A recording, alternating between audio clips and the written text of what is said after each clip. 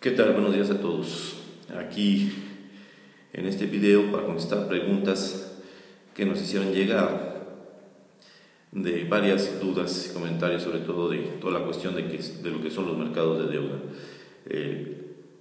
Gracias por la participación tan buena de prácticamente todos los equipos. Hay preguntas muy interesantes. Hay preguntas obviamente que se repiten y hice ahí una selección de eliminar algunas que se repetían o juntar algunas que hablaban de los temas. En este sentido hice, digamos que, tres temas principales de acuerdo al tipo de preguntas que ustedes enviaron. Una, que era sobre todo de los mercados de deuda, de los mercados de dinero. Otro tema es que hay interés por parte de ustedes acerca de los riesgos. Y el tercer tema ya entra un poquito en otro tipo de situaciones, ¿sí?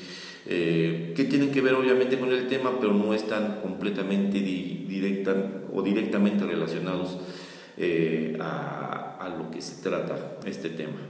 Vamos a tratar de dar contestación, si no a todas las preguntas, porque fueron muchas, sí a la mayoría y quizás a las más representativas de lo que este tema se trata, ¿sí?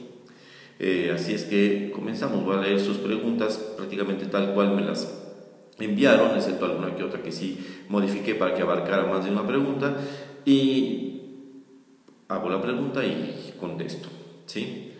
Bueno, empezamos. Primera pregunta: ¿cuáles son las características del mercado de deuda y cuál es la diferencia entre el mercado de dinero y el mercado de capital? Bueno, el mercado de deuda es un mercado que, precisamente como su nombre lo dice, es donde se emite deuda. Es decir, aquellos entes económicos que necesitan financiamiento a través de deuda van a emitir este tipo de instrumentos, este tipo de valores a través de este mercado para precisamente financiarse por medio de pedir prestado.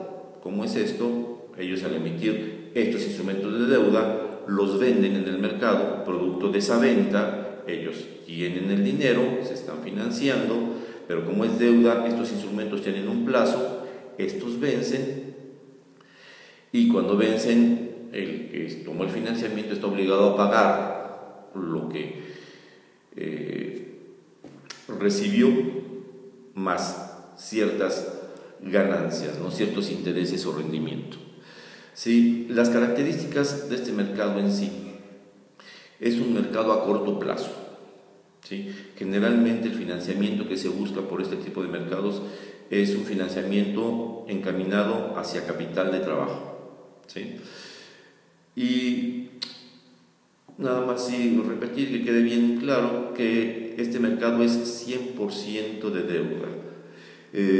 ¿Cuál es la diferencia entre el mercado de dinero y el mercado de capital? Bueno, el mercado de dinero, pues, 100% de deuda, y el mercado de capitales es un mercado en donde hay de los dos tipos de financiamiento, tanto deuda, pedir prestado, como financiamiento vía capital propio, es decir, el capital de las empresas,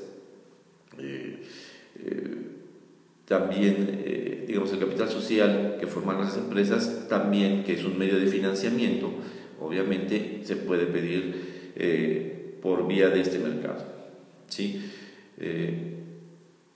Este tipo de financiamientos, al contrario del mercado de dinero, son a largo plazo.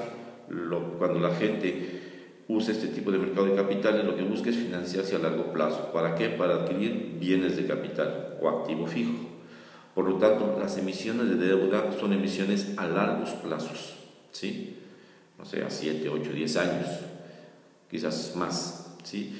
Y obviamente este es el mercado en donde sabemos que es la compraventa de las acciones de las empresas, ¿sí? El mercado de capitales es donde escuchamos en la radio decir subió la bolsa, bajó la bolsa, etcétera, que es precisamente el resultado de la representatividad del índice bursátil, que marca precisamente todas estas subidas y bajadas que puede tener la bolsa de valores en nuestro país.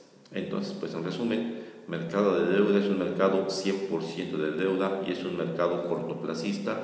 Y mercado de capitales es un mercado en donde hay deuda y donde hay financiamiento vía capital social por medio de la colocación de acciones, y obviamente es un mercado a largo plazo. ¿Sí? Siguiente pregunta. ¿Qué dio origen al mercado de deuda y con qué tipo de plazo? Bueno, ¿qué dio origen al mercado de deuda? La necesidad de financiamiento, simple y sencillamente. ¿Sí? Ustedes nada más imagínense un poquito un balance general. Un balance general puesto en forma de cuenta. Del lado izquierdo tienen el activo y del lado derecho tienen pasivo y capital. El lado izquierdo, que es el activo, pues es toda la inversión en la empresa, ahí está el edificio, ahí están las computadoras, ahí está el equipo de reparto, etcétera, etcétera. Pero todo eso, ¿con qué se paga? Obviamente con dinero. ¿Y ese dinero de dónde sale? Del lado derecho del balance, del financiamiento. Y entonces ese dinero para financiar, ¿cómo lo obtenemos? De dos fuentes. Uno, capital propio de los dueños del negocio, de los que quieren hacer el negocio, de los que quisieron hacer el negocio y aportaron su dinero. Y dos, vía préstamos. Necesito más financiamiento, pero ya sea que o me conviene o si ya no tengo la necesidad de pedir prestado, entonces pedimos prestado. Por eso se crean pasivos. Entonces pasivos es todo lo que debo, porque el dinero no me pertenece, sino le pertenece a terceros. Y capital, cuentas de capital, que es dinero que sí me pertenece a mí como dueño de la empresa, y obviamente es lo que forma parte del capital propio de la empresa. ¿Sí? Entonces, al fin y al cabo, ¿por qué surge en el mercado de deuda? Pues por la necesidad de financiamiento, y de financiamiento de una manera mucho más expedita, mucho más rápida, mucho más fácil, mucho más barata que andar buscando financiamientos por otros lados. Aquí, como tenemos la gran fuerza del mercado de valores, donde intervienen todos los intermediarios en el mercado de valores, pues obviamente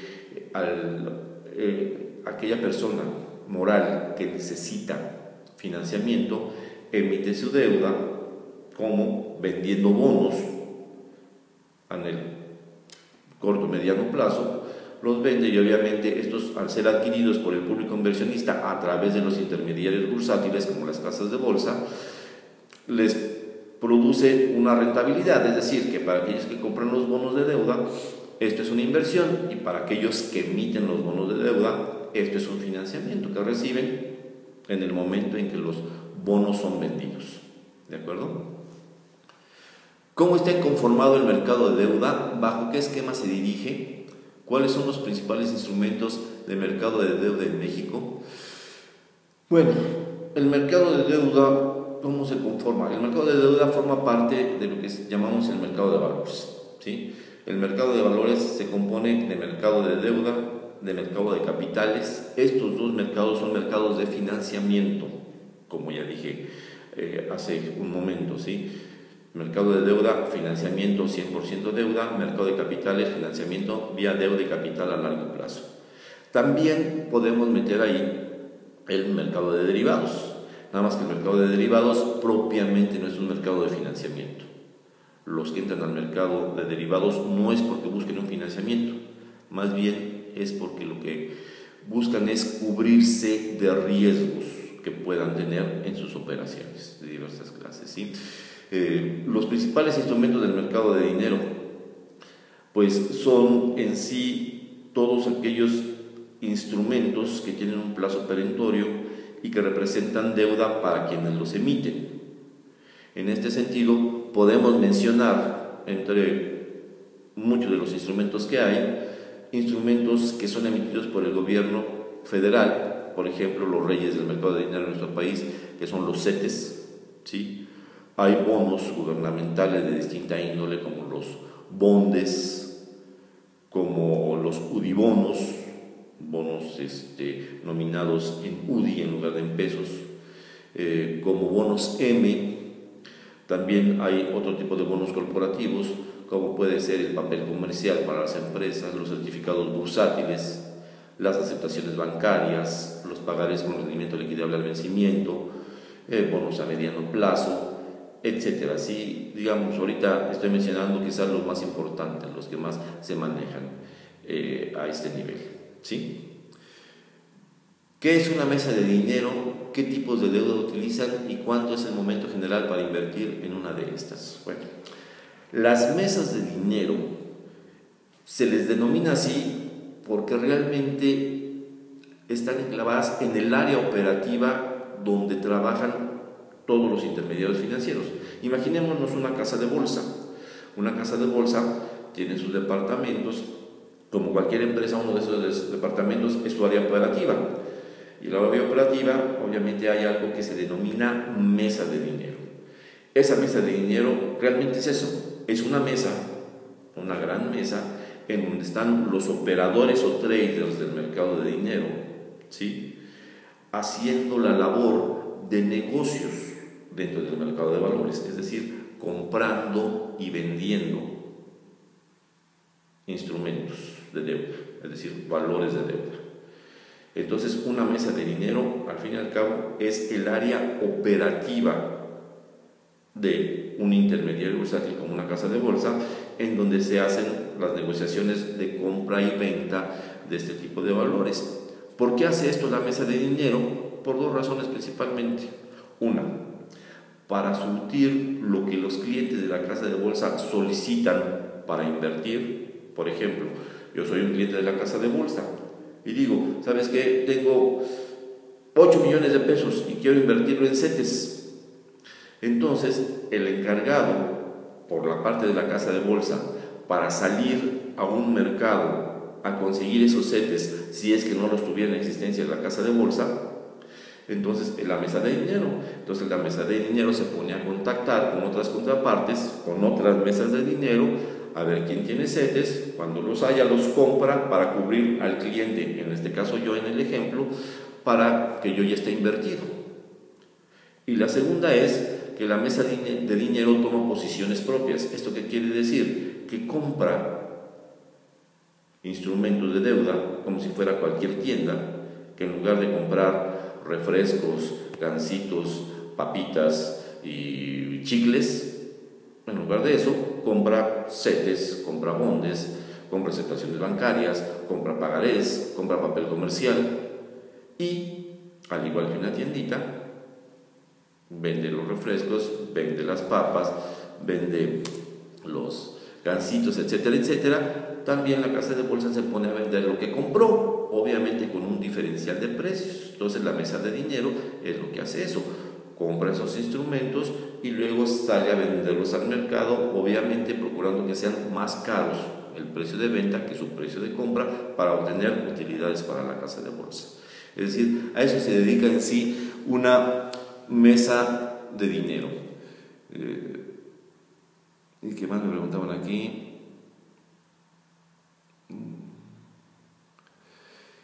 ¿Y cuánto es el monto general para invertir en una de estas? ¿Qué tipo de deuda utilizan?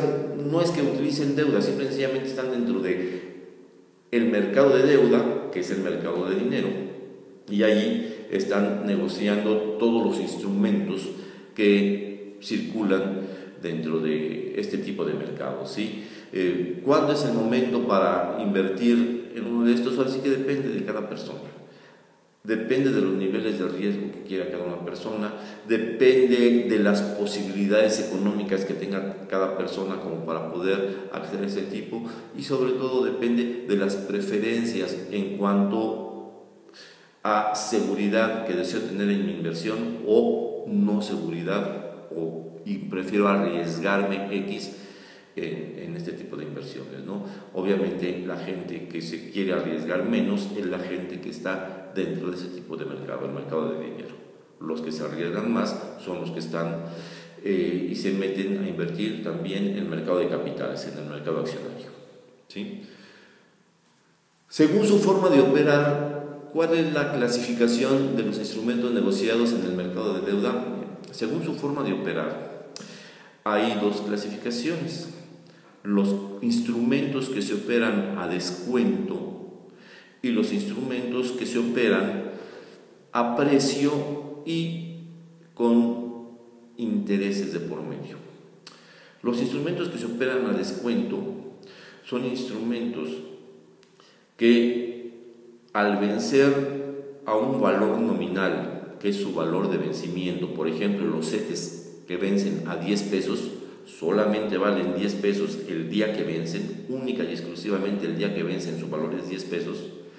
Entonces, cuando se negocian, como estos no pagan intereses, entonces quien compra estos CETES porque desea invertir en ellos, si sabe que dentro de 91 días, por ejemplo, le van a pagar 10 pesos por cada CETE que compre hoy, obviamente el precio al cual va a comprar los CETES debe ser inferior a 10 pesos, para que la diferencia entre el precio al que compró, supongamos 9 pesos con 50 centavos, y 10 pesos, que es el valor de vencimiento del CETE o valor nominal, esa sea la ganancia o rendimiento que obtiene la persona.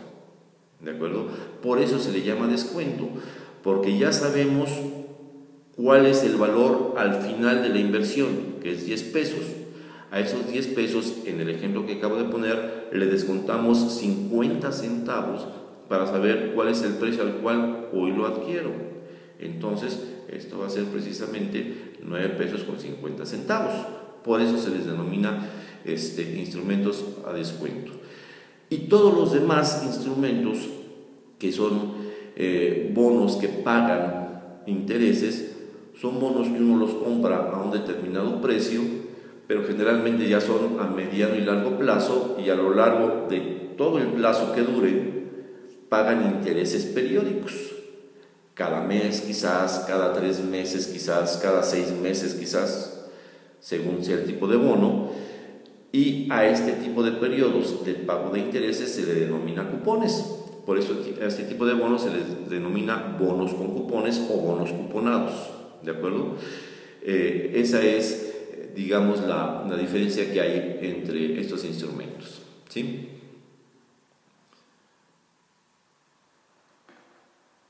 Bueno, también aquí nos dice que tiene mucho que ver con esta pregunta que acabo de decir. ¿Cuál es la diferencia entre cada uno de los instrumentos del mercado de deuda, sus beneficios, ventajas, riesgo, etcétera? Explicación más a fondo de cada uno. Explicando generalmente, el riesgo de los instrumentos de deuda van sobre todo acompañados de 2 factores principales. Uno, del emisor. ¿Quién es el que emite ese bono? Si es el gobierno federal, si es un banco o si es una empresa de la iniciativa privada, que no sea banco, obviamente. Y los digo en ese orden porque en ese orden está de acuerdo al riesgo. Los instrumentos, los bonos que emite el gobierno federal son los de menor riesgo. Los que emite la banca, por ser la banca, también son de bajo riesgo, quizás un poquitito más que el gobierno federal, pero al fin y al cabo son de bajo riesgo. Pero los bonos que emite cualquier empresa privada, como pudiera ser, no sé, Soriana, Liverpool, Ford, Palacio de Hierro, Walmart, es decir, cualquier tipo de empresa que pueda hacer, obviamente, que esté inscrita en bolsa, entonces esto ya puede ser más riesgoso. Esto es, pues, digamos, la primera situación en cuanto a riesgo. Y la segunda situación depende también mucho del tiempo y de cómo estén las expectativas de los tiempos inmediatos, medios y lejanos para tomar decisiones de adquisición. Obviamente, si se ven caminos en el largo plazo inciertos, riesgosos, pues obviamente los instrumentos que van a largo plazo pues tienen que dar más rentabilidad. Acuérdense que la rentabilidad con el riesgo van completamente aparejados y corren en el mismo sentido. Entre más riesgo haya, más rentabilidad se tiene que dar. ¿Sí? Luego dice, ¿cuál es el esquema de funcionamiento bursátil del mercado de deuda? Ya un poquito lo dije cuando contesté una pregunta anterior, pero puntualizo. El esquema de funcionamiento es el área operativa de la casa de bolsa. En este tipo de mercados es donde está la mesa de dinero. Y la mesa de dinero lo que hace es tomar órdenes de la clientela de la casa de bolsa a través de el área de promoción, promoción es el área que está en contacto directo con los clientes. Si ustedes van a una casa de bolsa para invertir o para pedir cualquier información, quienes los van a atender son los promotores, son los que están en contacto con la clientela.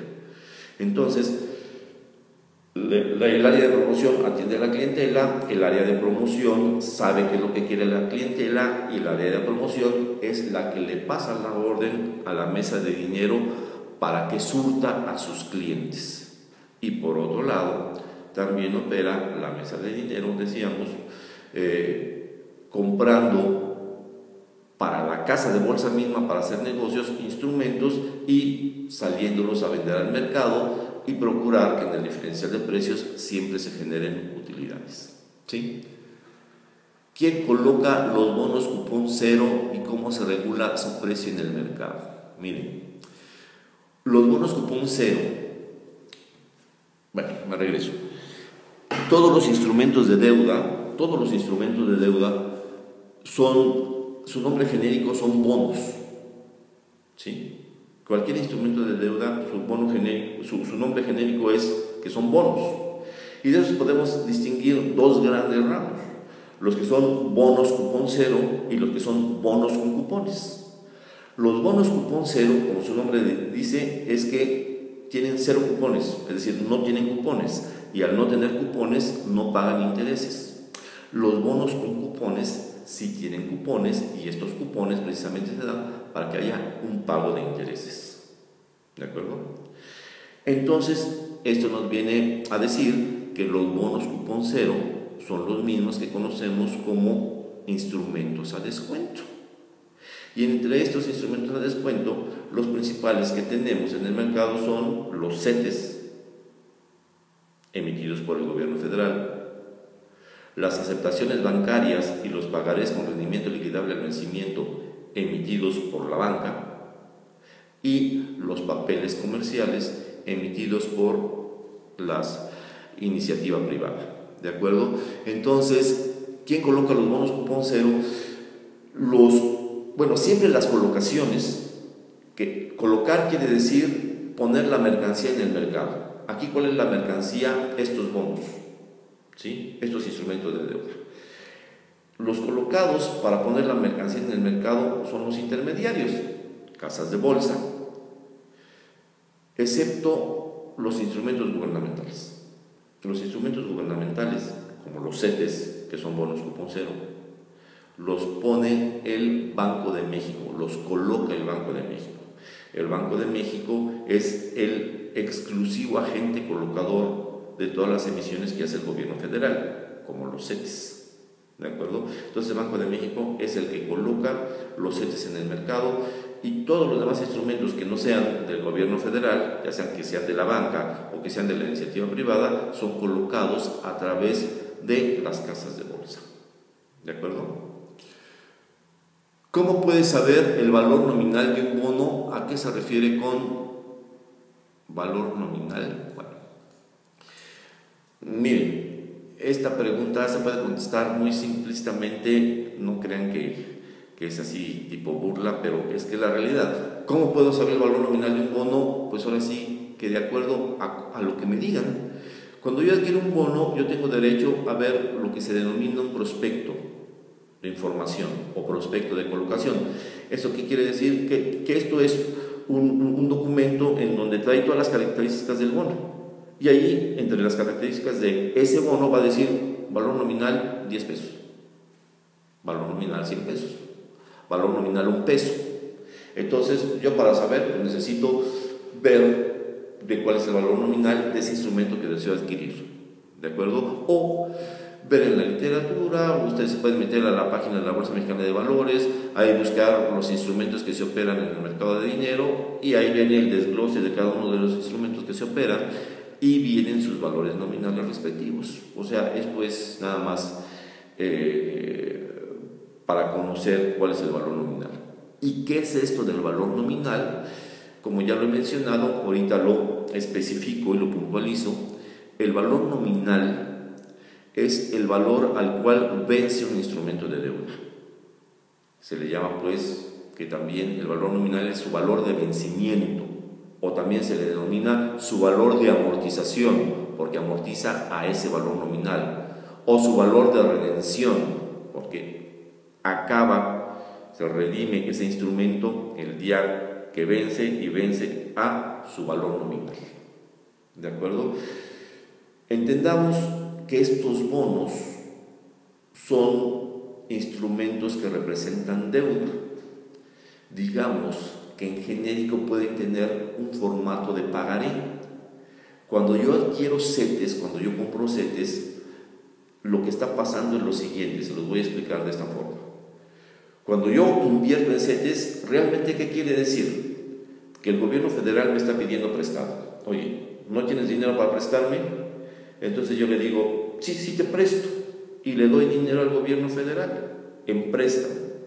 El gobierno federal, a cambio del dinero que le estoy dando, ¿qué me proporciona? Un pagaré, en donde me dice que se compromete a pagarme lo que ahí dice. ¿Y qué es lo que dice el CETE que se compromete a pagar? Un valor de 10 pesos cuando éste venza. Ese es su valor nominal. Entonces, en este ejemplo estamos diciendo que el CETE es un pagaré, que precisamente cuando yo tengo los CETES, con eso el gobierno federal se está comprometiendo a devolverme mi dinero más una ganancia que va a ser el diferencial de a cómo compré yo el CETE y a cómo me lo va a pagar el gobierno federal cuando éste venza, es decir, a su valor nominal o valor de vencimiento. ¿De acuerdo?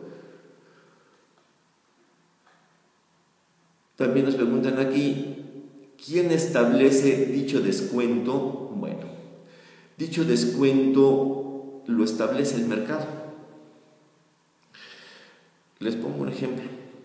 Si yo adquiero CETES, por decir algo, a 9 pesos con 90 centavos, el descuento es de 10. Dicho de otra forma, también mi ganancia va a ser de 10 centavos. Porque al comprarlo yo 9.90 y cuando venza 10, pues yo voy a ganar 10 centavos. Pero si alguien compra CETES del mismo plazo que yo a 9 pesos con 80 centavos, obviamente va a ganar 20 centavos. ¿Sí? Porque al adquirirse a 9.80 y vencer a 10 pesos, pues la ganancia es 20 centavos. Y esto mismo es el descuento, porque si a 10 pesos le quito los 20 centavos, llego a 9.80. Pero ¿quién dice que por qué ahora a 9.90 el CETE o a 9.80? El mercado. El mercado. Acuérdense que este es un mercado en donde todo está de acuerdo a la oferta y la demanda, como cualquier mercado. Cuando ustedes van a cualquier mercado y ahí andan en el regateo, oiga, ¿cómo está eso? No, pues le pago tanto, no, pues, etcétera, etcétera. Todo depende de. Acuérdense, hace poco que hubo escasez de limones. El kilo de limón llegó a estar hasta 80 pesos, siendo que generalmente el kilo de limón anda como 6 pesos. ¿Por qué se hizo esto? Por el mercado. Ante la escasez hay mucha demanda y ante la mucha demanda el precio sube. Lo mismo pasa con estos tipos de instrumentos, ¿sí? Si el descuento, como acabo de mencionar, también significa el rendimiento que va a ganar quien adquiere el CETE, pues obviamente ese rendimiento pues va a estar en juego en el mercado, porque no es lo mismo que yo le pague al emisor 9 pesos con 80 centavos a que le pague al emisor 9 pesos con 90 centavos por su CETE, porque eso implica que si yo se lo pago 9,80, él va a tener que pagar 20 centavos de rendimiento, y si se lo pago 9,90, él solamente me va a tener que pagar 10 centavos de rendimiento. Entonces ahí está una fuerza del mercado. ¿Sabes qué? El emisor quiere pagar menos rendimiento y yo quiero que me paguen más rendimiento. Entonces yo lucho porque ese precio sea 9,80 en lugar de 9,90. Y mientras estén las fuerzas del mercado de una u otra forma, esto va a estar precisamente haciendo y balanceando el mercado para que estos descuentos se manejen de una manera de acuerdo a cómo está la oferta y la demanda de este tipo de instrumentos en el mercado. Y esto obviamente tiene como marco para este tipo de situaciones el cómo está la economía del país y cómo se ven las expectativas de la economía en el país. Luego nos dice, ¿qué da más beneficios y mejores? ¿Un bono o un bono cupón cero? Bueno, generalmente los bonos cupón cero, como son bonos generalmente aquí en nuestro país a corto plazo, dan quizás una tasa de rendimiento menor que los bonos que son a largo plazo y que sí están pagando intereses. Entonces, ahora sí que por tiempo, en este sentido, ¿quién da más intereses? Generalmente los bonos que pagan cupones, a los bonos cupón cero, generalmente. Ahora, si los bonos cupón cero, vistos desde otra perspectiva, son emitidos, por ejemplo, por una empresa comercial que a lo mejor no salió muy bien calificada en el bono que emitió, sin embargo, si salió su bono al mercado es porque de una u otra forma sí está bien calificada, aunque no la máxima calificación. Obviamente su rendimiento va a ser sensiblemente mayor a un CETE, por ejemplo. Y quizás entonces este bono cupón cero emitido por una empresa de la iniciativa privada, por decir algo que fuera General Motors, que emite ese papel comercial, quizás entonces ahí sí su rendimiento pueda ser menor a lo que puede pagar un bono con cupones emitido por el gobierno federal. Porque este bono con cupones, al ser emitido por el gobierno federal, obviamente es el de menor riesgo que puede haber. Entonces, aquí todo depende también de qué es lo que yo estoy buscando en la inversión. Si cortos plazos, porque yo presumo que las tasas se van a subir y para qué me amarro en una tasa a largo plazo, mejor prefiero ir haciendo cortos plazos, o viceversa.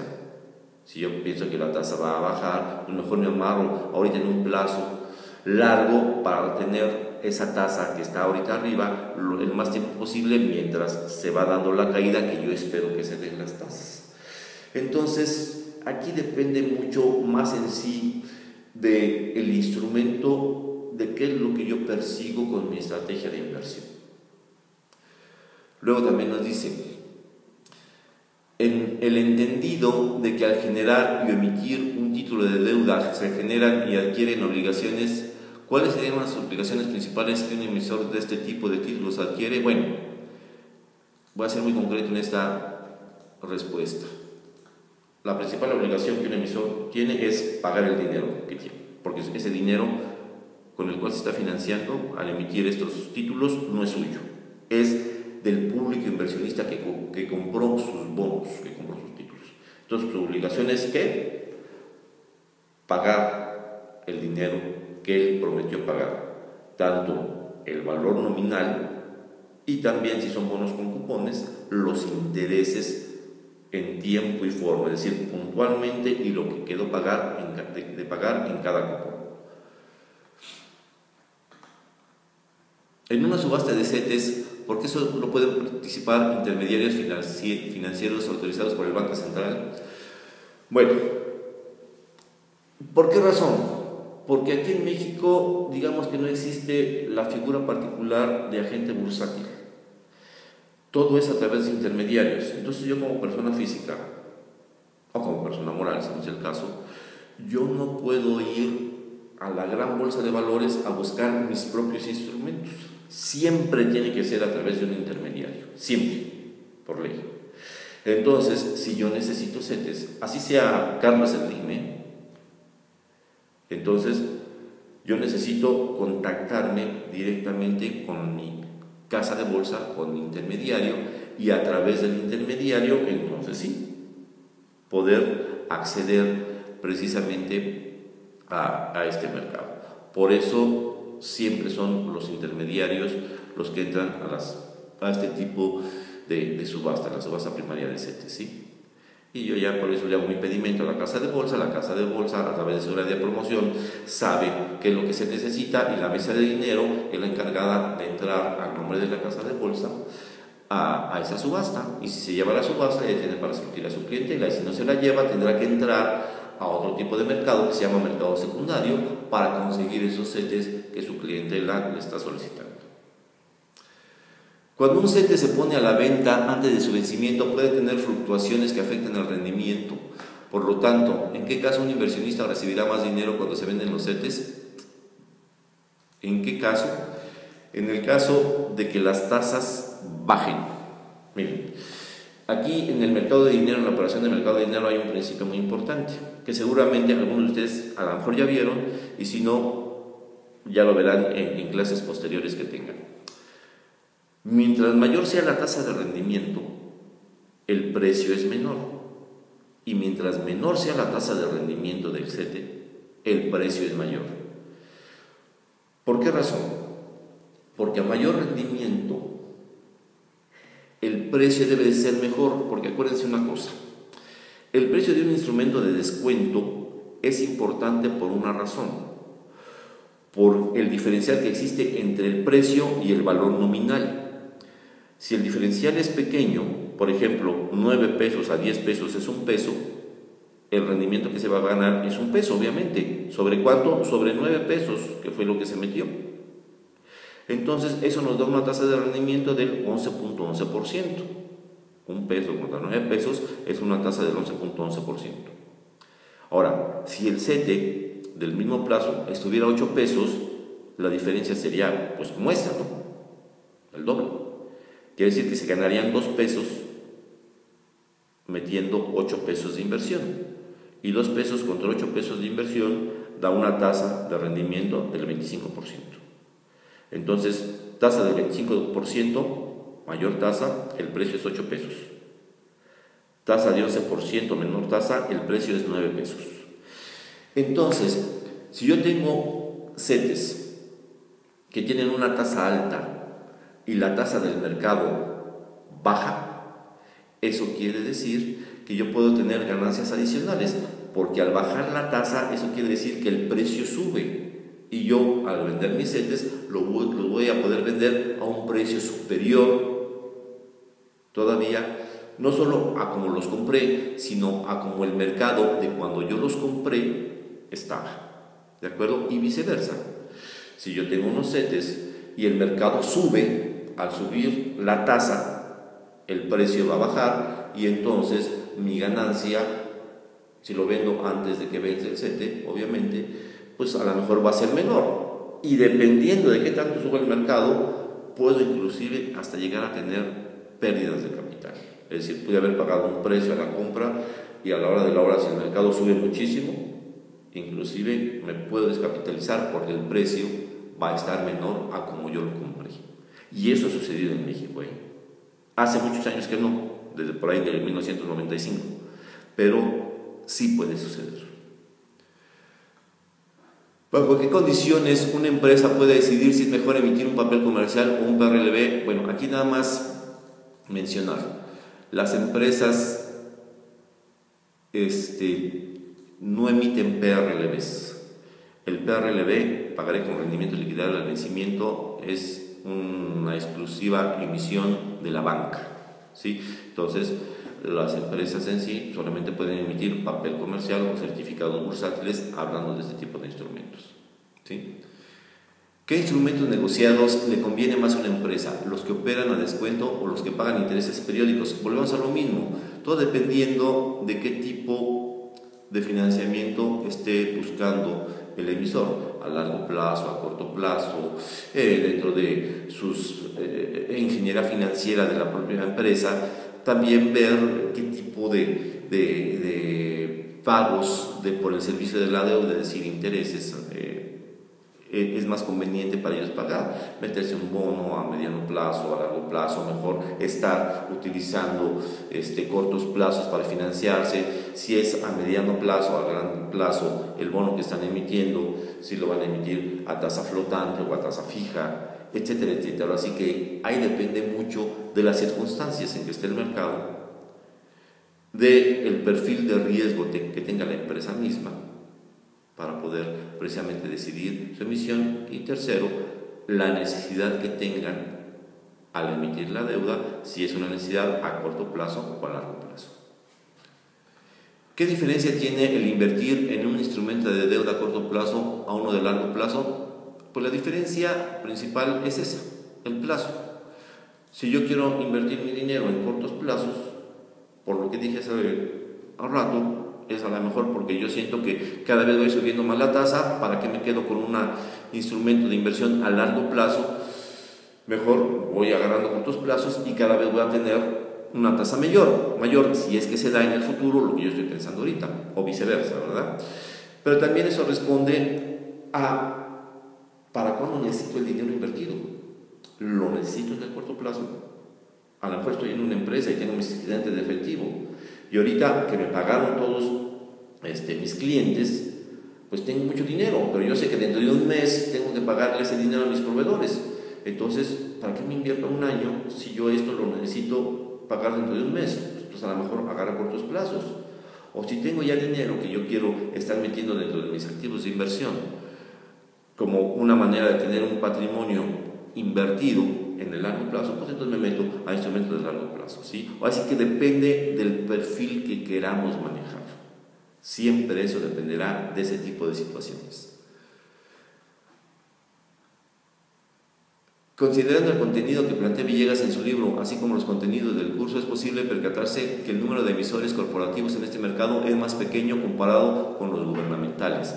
¿Cuál sería la razón principal que puede explicar esto? Híjole, aquí no sé si entiendo muy bien la pregunta, porque como está planteada la pregunta, yo pudiera decir que el número de emisores corporativos en este mercado es mucho más grande comparado con el gubernamental. Número de emisores, porque emisores hay muchísimos, entre los bancos, entre empresas que conocemos, etcétera. Son muchos los que emiten emisores. En cambio, en los gobiernos, pues puede emitir el gobierno federal, que es el que siempre emite, pero pueden emitir también gobiernos municipales y gobiernos estatales. Ahora, si más bien la pregunta se refiere al volumen de emisión, eso sí, el gobierno tiene un volumen exageradamente más grande que lo que pueda pedir una empresa. Obviamente el gobierno está viendo a toda la nación mexicana. Es financiamiento para financiar sobre todo obra pública y refinanciamiento de la misma deuda a nivel toda la república, mientras que una empresa va a pedir financiamiento por mucho que pida para sus necesidades propias de su empresa. Pongamos por caso, cada semana, ahorita, el gobierno federal, nada más en CETES, está pidiendo financiamientos así, 5.500 millones de pesos semanales a 28 días, CETES de 28 días, 9.500 millones de pesos también semanales a 91 días y 11.000 millones de pesos semanales a 182 días. La suma de esos tres cada semana, y aparte cada 4 semanas le agrega otra emisión de 11.000 millones a plazo de un año de CETES. Entonces obviamente ahí sí el volumen es exagerado. Si es por volumen, efectivamente el gobierno federal mucho más. Si es por número de emisores, los emisores que no es gobierno, sí son más en número, aunque el volumen emitido es mucho menor al que emite el gobierno federal. ¿Qué es el INDEVAL y qué funciones tiene? El INDEVAL es una institución para el depósito de valores. De hecho, eso quiere decir su nombre, Instituto para el Depósito de Valores. ¿Qué funciones tiene? Tiene funciones muy importantes, que son funciones de administración, guarda, custodia y liquidación de valores. Es decir, el INDEVAL es el encargado de manejar todos los valores que se operan en México, absolutamente todos. Los maneja, digamos, dentro de sus funciones y dentro de su recinto, si lo podemos llamar así, ¿sí? Entonces, cuando hay movimientos de títulos que, por ejemplo, la casa de bolsa Base le compró CETES a casa de bolsa JP Morgan, ¿sí? Cuando hay esa compra, venta de los CETES, entonces el INDEVAL lo que hace es a JP Morgan le quita los CETES que le compró Base y a Base le quita el dinero para pagarle a JP Morgan. Entonces JP Morgan jamás, por decirlo de alguna manera tangible, puso las manos en sus instrumentos, ni Base tampoco. Lo que hace el INDEVAL es quitarlo de la cuenta que cada uno de ellos tiene con el propio INDEVAL. Tus CETES te los quito, se los pongo aquí, te los está comprando, pero al otro primero le quito el dinero para dártelo a ti, para pagarte los CETES que te está comprando. Digamos que esta es una de sus funciones diarias principales, y es guardia y custodia porque cuando existen los valores físicos sí se depositan en el Indeval. El Indeval tiene una bóveda en donde guarda esos valores y los custodia. ¿De acuerdo? ¿Cuál es la principal función que tiene la Comisión Nacional Bancaria y de Valores dentro del mercado de dinero? Bueno, la Comisión Nacional Bancaria y de Valores, como organismo regulador, como autoridad, su principal función es la vigilancia dentro del mercado de valores. ¿Sí? Es vigilar que se cumpla dentro de un marco legal toda la operativa dentro del marco de valores. Esa es su función principal. ¿Qué instituciones regulatorias están involucradas en el funcionamiento del mercado de deuda? Bueno, obviamente, como aquí me acaban de preguntar, la Comisión Nacional Bancaria de Valores, ¿sí? El Banco de México, la Secretaría de Hacienda y Crédito Público. Digamos que esas son las autoridades. ¿Cuáles son las desventajas que ofrecen las sociedades de inversión? Bueno, creo que hay muchas más ventajas que desventajas de las sociedades de inversión, pero si pudiéramos nombrar alguna desventaja que ofrece las sociedades de inversión, es que yo en lo particular no decido en qué invierto exactamente, sino los encargados de decidir las inversiones entre tres sociedades de inversión es un comité de inversión que está dentro de, digamos, la operadora de que maneja esa sociedad de inversión. Y lo que yo sí tengo poder es retirarme de ahí si ya no me gustó lo que ahora compraron para invertir y me buscar otra sociedad de inversión en donde sí me guste los instrumentos de donde están invertidos. Ahora sí que yo puedo hacer mi dinero con lo que quiera. Eso puede ser también una desventaja si yo me meto en una sociedad de inversión en donde no tiene una liquidez diaria, en donde yo a lo mejor me meto en una sociedad que tiene una liquidez mensual y yo quiero hacer ese movimiento que acabo de mencionar y resulta que todavía me faltan 3 semanas para poder retirar mi dinero. Pues ahora sí que lo tengo que hacer. Entonces, lo que más se recomienda es, de la gran gama de sociedades de inversión que tenemos en nuestro país, pues ver la que más se acomoda a nuestro perfil, tanto de riesgos como de liquidez, horizonte de inversión, etcétera, etcétera, para poder estar lo más cómodos posible, ¿sí? Las sociedades de inversión actualmente son poco riesgosas, están muy bien reguladas y manejan una cantidad muy importante de dinero en nuestro país, como precisamente unas buenas fuentes de financiamiento para aquellos emisores. ¿De acuerdo? ¿Cuál es? Dice, ¿qué mercado es más rentable? ¿El mercado de deuda o de capitales, teniendo en cuenta los riesgos que incluye cada uno? Bueno, el más rentable, si nos vamos a cortos plazos, será el mercado de deuda, porque casi siempre habrá ganancia, poquita, chiquita, pero segura, rentabilidad segura. El mercado de capitales, que es un mercado de renta variable, obviamente sí nos puede asegurar una mejor rentabilidad siempre y cuando la inversión sea a largo plazo.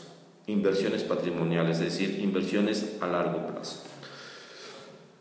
Es decir, si yo me meto siguiendo el índice bursátil, por poner un ejemplo, y duro en ese tipo de inversión más de un año, seguramente la rentabilidad obtenida en ese año o en ese más de un año será mayor y muchas veces ostensiblemente mayor a lo que pude haber ganado si yo durante ese año nada más me estoy invirtiendo en CETES. Pero no hay que olvidar que meterse en capitales es meterse en renta variable, y la renta variable no tiene palabra, es variable. Y esto es la generalidad siempre que hay, pero puede haber ocasiones en que esto falle e inclusive es mucho más fácil que me descapitalice en renta variable que en el mercado de deuda. ¿Por qué los CETES o bonos de tesorería de menor plazo se toman como elementos con tasa libre de riesgo? Los CETES en general se toman como elemento libre de riesgo por una razón. Hay diversos riesgos que conforman lo que se denomina riesgo financiero. Uno de esos riesgos muy importantes es el riesgo de contraparte. Acordémonos que esto, CETES inclusive y los demás que están en el mercado de dinero, es mercado de deuda. Y la deuda que se tiene que hacer, se tiene que pagar. Entonces, el riesgo de contraparte o de contrapartida es el riesgo que hay en que la contraparte no me pague. En el ejemplo, si yo soy inversionista en instrumentos de deuda, yo adquiero esos bonos de deuda que emiten, valga la expresión, los emisores, y yo tendré el riesgo de que esos emisores no me paguen. En el que tengo cero riesgo en esa contraparte es en el gobierno federal. El gobierno federal nunca me va a dejar de pagar, pero quizás si a lo mejor compro instrumentos de deuda de Chedraui y a Chedraui tuvo una mala racha y no me paga, pues su riesgo es mayor porque no me está pagando cuando me debía de pagar. Pero el gobierno federal nunca va a dejar de pagar. Por eso los instrumentos gubernamentales se les denomina de cero riesgo. Pero yo agregaría es de cero riesgo de contraparte. ¿De acuerdo? Porque sí siguen estando expensas otro tipo de riesgos, como el riesgo de mercado, por ejemplo. Si el mercado sube, eso también le pega a los CETES. Porque cuando antes de que subiera los CETES estaban aquí, si el mercado sube, pues ahora van a estar aquí las tasas. Y como ya dijimos, a menores tasas, mayores precios, a mayores tasas, menores precios, y puede haber descalabros para el público inversionista en esta situación. Voy a contestar un par de preguntas más, nada más, y espero que con esto ya sea algo que a ustedes les sirva, ¿sí?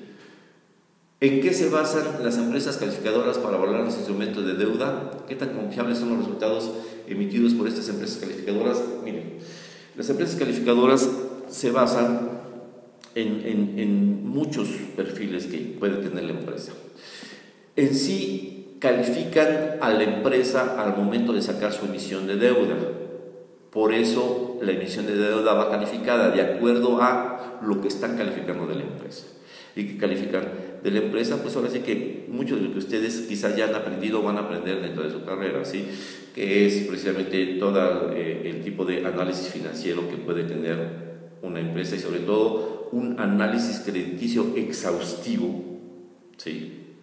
Así casi probado de que tienen siempre la liquidez necesaria para pagar, y también prueban que en momentos de mercados desacomodados, esto quiere decir que cuando la volatilidad es muy fuerte en el mercado, qué tan riesgosos son para pagar. Hay quienes pueden estar muy bien calificadas, pero cuando pasa este tipo de movimientos se tambalean mucho y tienen la posibilidad de ya no pagar, y hay otras que se mantienen firmes. Entonces, en sí, en este tipo de situaciones y de estudios estructurales de la empresa son los que toman en cuenta para poder calificar la deuda, ¿sí?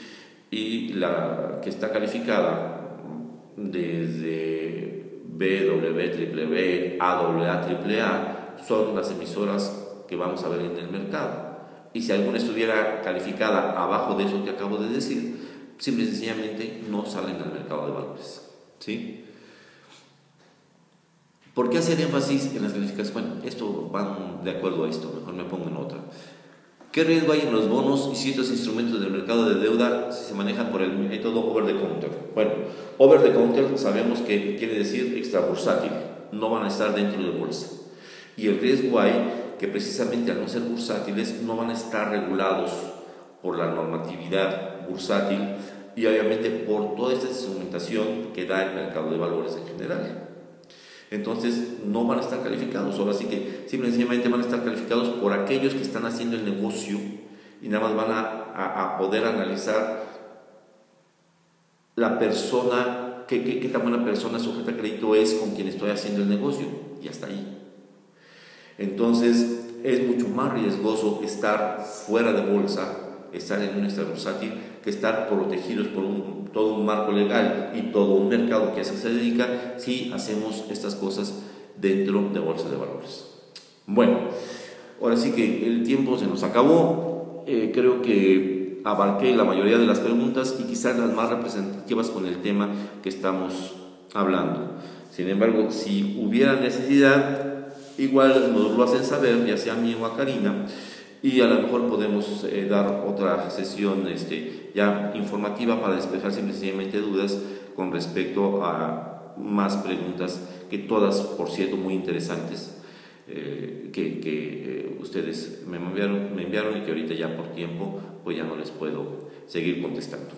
Bueno, espero que sea todo. De todos modos, sigo yo abierto para cualquier situación, también con Karina, y pues nos estamos viendo quizás en un próximo video, ¿verdad? Espero que esto les haya servido y sin más, hasta luego y que tengan muy buen día.